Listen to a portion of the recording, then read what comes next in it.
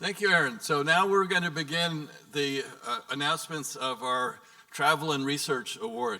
We're going to start out with the Wings to Fly program, which I think is really exciting. It's one of the favorite things that we do. This will be the third year that we're doing the program. We aim for 4 students a year, awards a year with award travel support up to $2,500. The fund is supported by donations. Right now we've got 3 years worth of money in the bank, and so this is an ongoing fundraising effort. If you're interested in contributing, you can do so through the website or our website.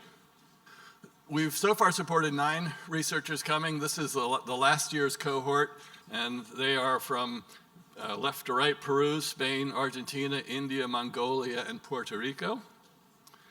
And this year, we have 4 awardees, and we'll start out with Radhika Jha, who won her grant, Wings to Fly grant. She will present a paper about her work with red-headed vultures. So congratulations, Radhika. Varalika, or V, Jane.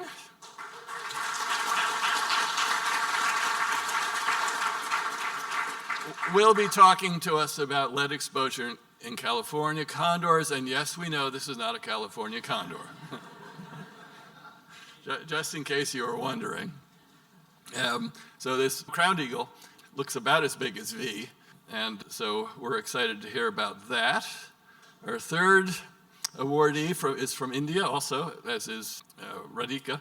Mayusri Bhattacharya.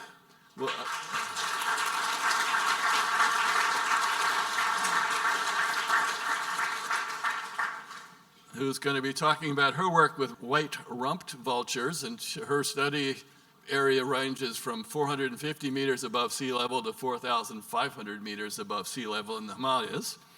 And so that will be exciting. And then finally, from Argentina, we have Joaquin Cano.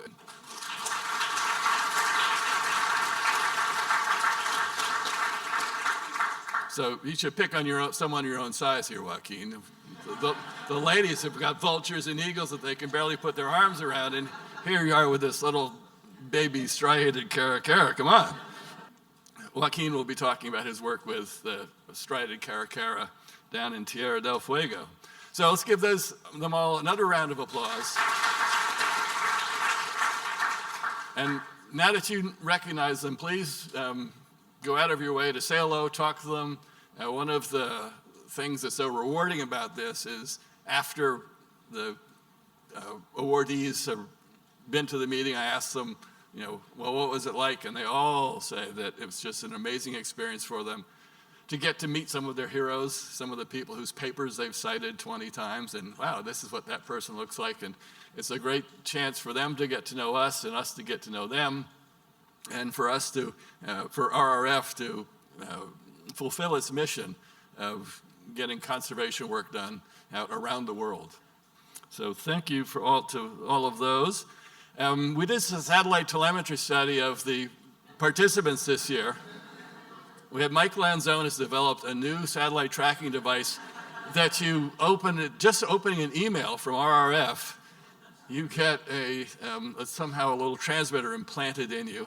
And so these are the flight paths of our 4 awardees this year, and we clearly see that there's something interesting going on in Charlotte. So our 2024 research grants.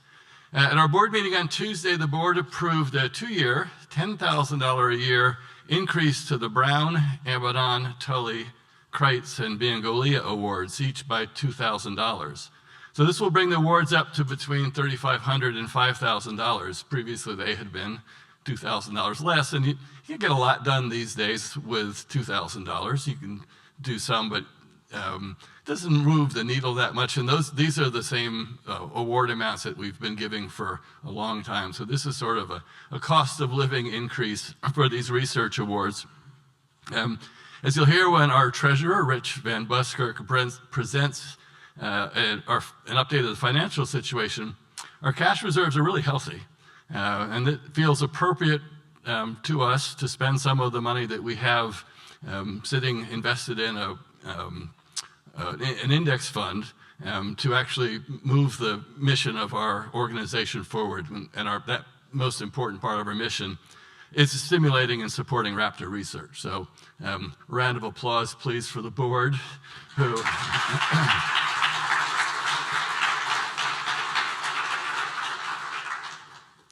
So the first award we're going to announce is the first time that we are awarding the Kevin Christ Memorial Grant.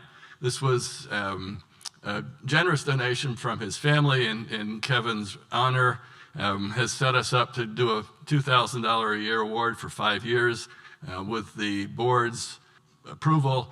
Starting next year, that will be up to a $4,000 a year. So Matt Stuber, who knew Kevin well, is going to come up and do his own introduction. So Rob told me I could improvise a little bit for a few minutes. Rob doesn't know that's kind of a dangerous thing to tell me, but I promise I'll try to keep this to a couple minutes. So I knew Kevin pretty well. I think many of us in the room knew Kevin pretty well. I was his colleague, co-worker. We both worked for the U.S. Fish and Wildlife Service in the migratory bird program. I did Kevin's job in a different region. So Kevin and I were counterparts, and we talked a lot about the permits that we issue, the measures that we required in those permits, and just generally ways that we could get good things to happen for eagles. So Kevin and I were on the phone a lot for work. We also would very often stray into personal topics, and Kevin became a dear friend of mine as well as a colleague.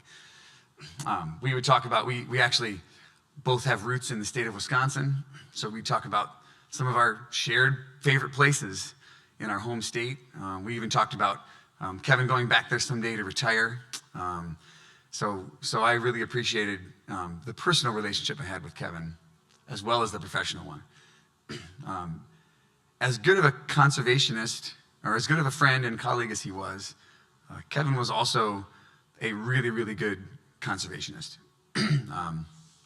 Kevin understood something fundamental that I think is a good lesson for everybody.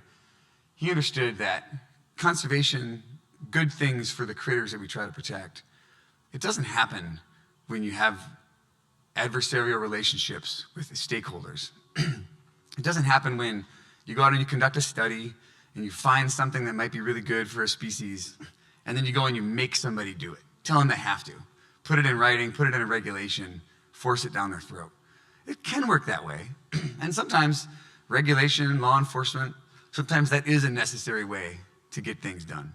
But by far the best way is to have collaborative relationships, to have mutual respect, and to have trust amongst all the stakeholders involved in getting something good done. So Kevin understood this well, and for that reason, I think he was one of the better conservationists that I knew. And as an illustration of this, what happened? Oh, well, I tried to put a couple of photos in this talk, and they didn't stay. No, it's okay. So what I was trying to show everybody were a couple of photos in where Kevin worked, especially in the state of Wyoming. A couple of wind projects ended up in, let's say, some rather unfortunate locations for golden eagles. And once a wind farm is in a location, there are very precious limited things that can be done to reduce take and to get conservation for the eagles that are affected by that project. And often there's some pretty hard discussions that had to happen between the Fish and Wildlife Service and some of the proponents of these projects. One of the things that can be done, but is very costly for wind companies, is to put up towers in the middle of their wind turbine arrays, put people in those towers to watch for eagles, and then when they see one approaching a string of turbines or any turbine, they can radio somebody and shut the turbine down. It's called curtailing a turbine. So we learned a year after Kevin's passing, we learned that one of the companies that he worked frequently with, who he had I happen to know, some hard conversations with, and was instrumental in getting some of these towers erected and getting some of these measures put in place to save eagles. They dedicated the tower to him. And the picture that you see right here on the screen adorns one of these towers in the middle of a wind farm in Wyoming. And people sit in that tower every day and watch for eagles, and they shut down turbines. Now, the company did this. They dedicated this tower to Kevin and put this plaque up in his honor, and I wish I could read it to you because it was very cool. They did this without telling us. They didn't put it in the news or do it for a headline or do it for any kind of fanfare. They did it because they respected Kevin. They respected Kevin, the person and the conservationist, and they respected him so much that they honored him in that way. And to somebody who does the very same thing that Kevin did in his career and tries to get some of the very same results, I thought that was really touching. And I think it's a symbol of the good work Kevin did. And he did a lot more. This is one example, and Rob only gave me 3 minutes, which I've already exceeded. But I think it's a great symbol and it's a great symbol of Kevin's legacy. So, to honor that, on behalf of Kevin's family, on behalf of the Raptor Research Foundation and the board, and the committee that selected the winner, I'd like to announce the winner of the Kevin Kreitz Memorial Award for this year. And I already advanced the slides, so you already saw it, but Ron Mildalter. Congratulations, Ron. Ron's paper is on the space use and flight behavior of the short-toed eagle in the, I don't know if I'm pronouncing that right, somebody can correct me, the Herod Valley in northern Israel. Applied implications in minimizing conflicts with future wind farms. So this project won, and coincidentally, happens to be a project that Kevin really would have thought was cool. Because Kevin thought a lot about this, about information that could inform reducing risk to eagles at wind farms. So, congratulations, Ron. Thank you all for listening and coming and yeah, thanks.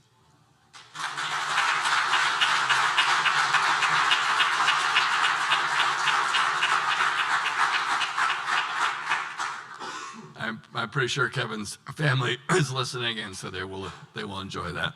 And we're also recording this, so it'll be on our YouTube channel, so they can catch up with it later. So moving on into our research grants, our two longest-running research grants are memorialized two giants of Raptor research in the 20th century. Their co-authored Eagles, Hawks, and Falcons of the World was the Bible for Raptor researchers in the late 60s and 1970s. My copy is heavily annotated. I pretty much wrote my thesis, a lot of stuff that was in my PhD thesis came out of here. I had to rewrite the whole index because they had a lot of mistakes. So anyone wants a working copy of the index, check with me.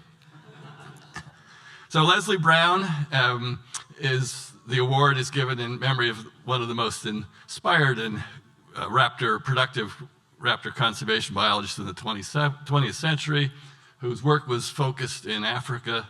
So the award is given to support birds and research into raptors in Africa.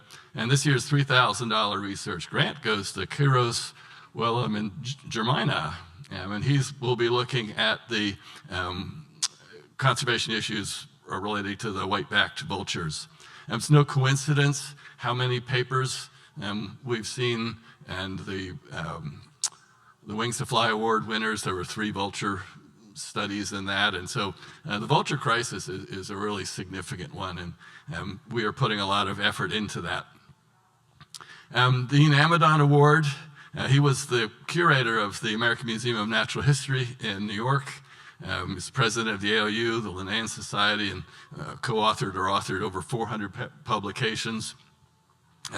And he was very much into systematics and taxonomy, so the theme of the awards that we grant in his name are for taxonomy and systematics.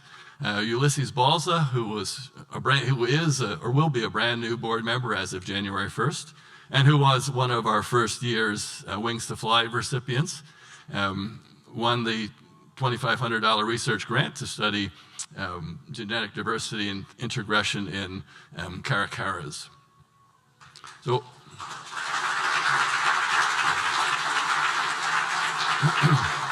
So Ulysses is sort of an up-and-coming star in the organization, and I think you'll be seeing a lot more from him in the future. The Oscar Bengolia Memorial Grant is devoted to Oscar, who devoted his life to the study of raptors in his native Peru, as well as Ecuador, Mexico, Panama, and the US, and throughout the Americas. Oscar nurtured a lifelong passion for peregrine falcons. He monitored active nest sites, worked with the Peregrine Fund, the Huaco Raptor Breeding Facility, and the Falcon Research Group's Southern Cross Peregrine Project. So the focus of these awards are Latin America and the Caribbean. And this year's $4,000 award goes to Stefania Para Ochoa for her work looking at the effect of anticoagulant rodenticides on birds of prey in some around Medellin in Colombia.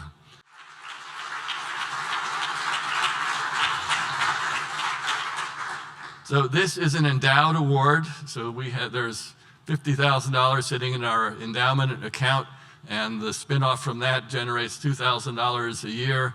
The board has approved adding an extra $2,000 to make this grant $4,000 a year.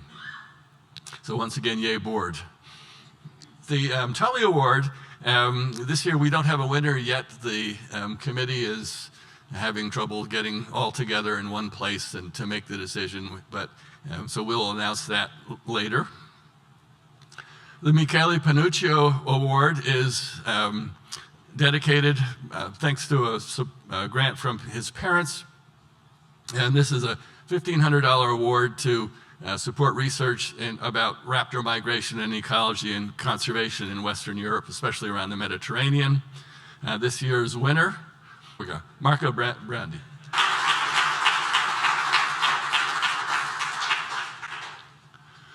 The African Raptor Leadership Grant. This is a partnership between 15 institutions that aim to increase the number of raptor champions in Africa by 30% over the next 10 years by providing education and mentorship opportunities to residents of African countries. Awards are up to $10,000 a year, given to master's or honors students to cover their costs associated with research projects and their education at one of 3 specific African universities in Morocco, Nigeria, and South Africa. RRF puts in $5,000 a year, and then some of the groups pictured here contribute more. The Peregrine Fund is a big partner in this. This year we have 2 awards of $3,000 each, and they're less because the university that these 2 students are attending covers their tuition costs, so the grant doesn't have to do that. Ms. Benhilda Antonio from Zimbabwe will be looking at anthropogenic factors affecting density and distribution of raptors in Nigeria. And Jemima Amos, also from Nigeria, will be looking at the effects of environmental valuables on owl distribution, looking at 2 legacy KBAs in Nigeria. So congratulations to those 2. Today we have the Student and Early Career Raptor Researchers, the EAKERS Travel Awards, and the William Anderson Award for the best paper and poster at the meeting by a student.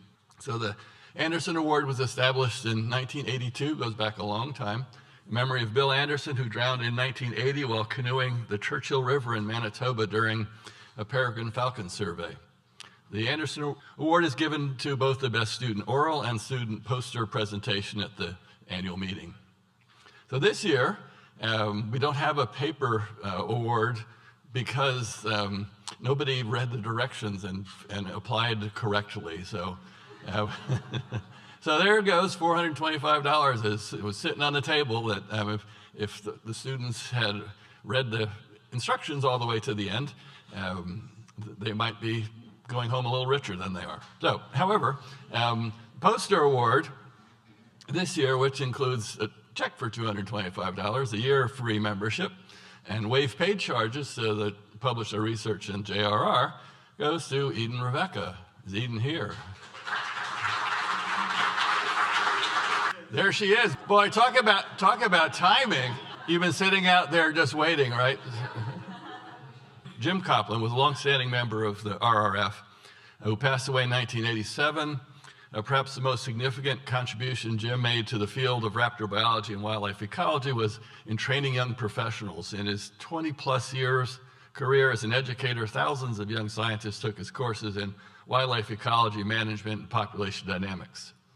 In recognition of his long-term commitment to training young ecologists, Jim's contributions are remembered through these travel grants. So this year's winners of a $700 travel grant are Nick Carter, who came from Australia.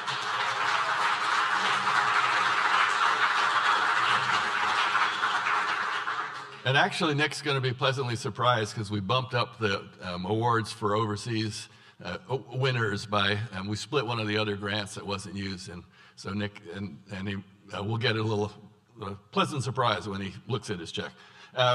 Samuel Yadam, is Samuel here? We're not sure. Amara Shama, Ezra Doblar, and Mika Lakab. Any of those students here? So come on up if you're a winner.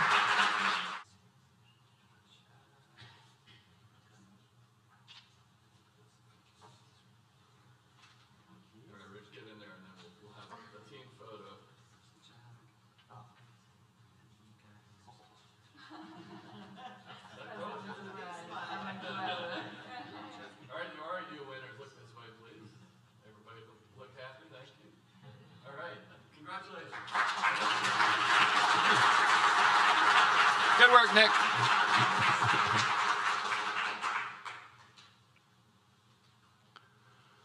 And we have this is the first early career Raptor Researcher Travel Award. This is so new that Rich wasn't even ready for it. But Laszlo Bozo, who came from Hungary to present a poster. Is Laszlo here? Here he is. Come on up.